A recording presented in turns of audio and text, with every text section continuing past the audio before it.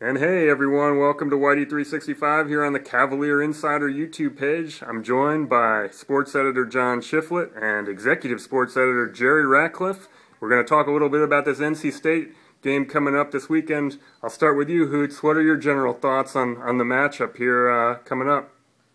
I think it's going to be a real challenge for Virginia in the fact that a lot of people's mentality is that now that they've upset the 12th ranked team in the country in Georgia Tech last week, is it going to be worth anything if they turn around and lose this week to NC State? Because the same thing happened last year when they upset 19th ranked Miami, and then they turn around and lost to Duke the next week and didn't win another game the rest of the season. So a lot of people think that to keep the value of the Georgia Tech game to win, it's going to mean more if they can come back and win this week, carry some momentum, and actually get involved in bowl talk conversation, because a win would put them at 5-2 with a couple of winnable games looming ahead.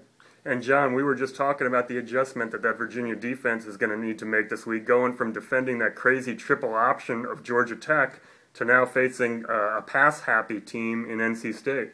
Yeah, it's going to be a huge adjustment. They had 2 weeks to prepare for Georgia Tech, and they did a really good job. Jim Reed put in a really good game plan. Now you've got to do a complete 180, and you've got to defend a team that throws the ball a lot. NC State quarterback Mike Glennon's thrown 16 touchdown passes.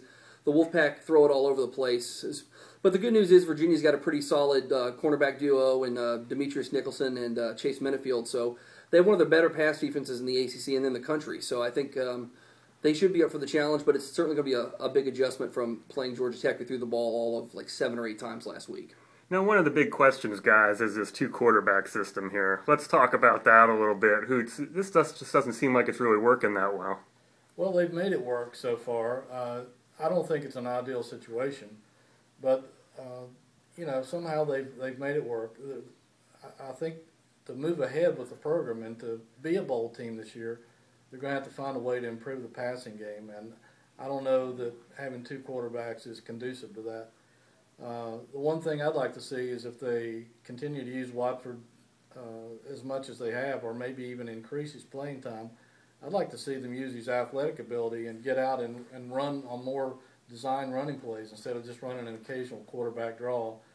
I think that in college football particularly, the most dangerous weapon you can have on offense is a running quarterback. And I know there's always a risk of getting hurt, but that's why you have 2 or 3 quarterbacks. I think with Watford's speed, and he has amazing speed, not quite Michael Vick speed, but not far from it. I think that guy could just tear defenses up, loosen things up, which would help Rocco and Watford in the passing game.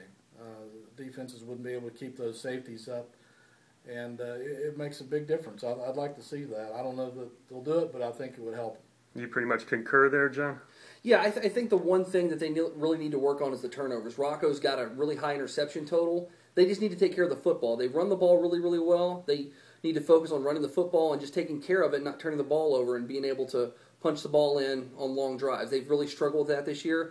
They need to work on that. So if they can limit the turnovers and capitalize on some of these drives instead of stalling out and kicking field goals, I think they'll be okay. And this is obviously such a huge game when you talk about potential bowl ramifications down the road, right? I mean, if they get a win here, then they're looking pretty good. Yeah, 5-2. You only need to win one more to be eligible for the Military Bowl up in D.C. As a lot of people would kind of look at that as a lousy bowl game, it's still a bowl trip, and it's something that Virginia hasn't had in quite a while. So it would be a step forward for the program. But I think the big test is whether they can deal with Mike Glennon, because he's being compared to Matt Ryan with even a stronger arm than Matt Ryan, if you can believe that. And they have some pretty good receivers and athletes on that NC State offense. So that's going to be the big test, is whether the secondary can slow those guys down. Yeah, well, it should be interesting. John Shifflett, sports editor, Daily Progress. Jerry Ratcliffe, executive sports editor. Thanks for joining us here on Whitey365, Cavalier Insider YouTube page, and we'll check back with you tomorrow during the game.